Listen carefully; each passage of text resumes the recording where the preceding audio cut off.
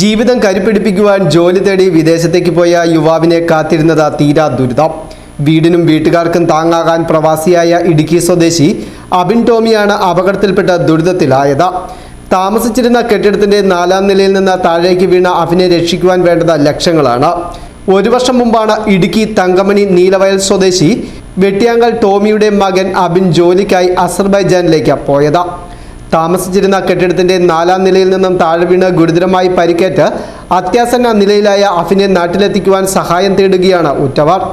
ഈ കഴിഞ്ഞ ദിവസം ആ കൊച്ചിന് അപകടം ഉണ്ടായിരുന്നതിനെ പോലെ അറിയുന്നത്. പിന്നെ കൊണ്ടുവരാനായിട്ട് ഒരു രീതിയിലും പറ്റുന്നില്ല, സാമ്പത്തികം ഒട്ടുമില്ല. അവിടെ ഒരുപാട് ലക്ഷങ്ങളായി, ആശുപത്രിയിലൊക്കെ കയറി പൈസയിലുള്ളതൊക്കെ വിറ്റും പിറക്കും പണയം വെച്ചൊക്കെ എടുത്തു.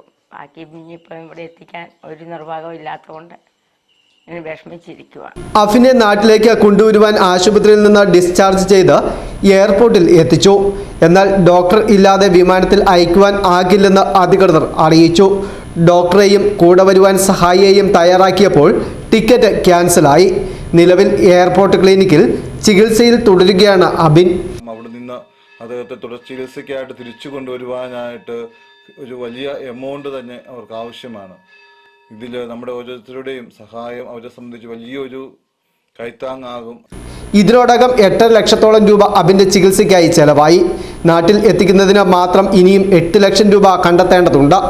അടിയന്തരമായി തുക അടയ്ക്കണമെന്നാണ് ആശുപത്രി അധികൃതർ അറിയിക്കുന്നത്. അബിന്റെ പിതാവ് ഓട്ടോറിക്ഷ ഡ്രൈവറാണ്, അമ്മ ഗ്രഹനാഥിയും. News bureau, Idukki.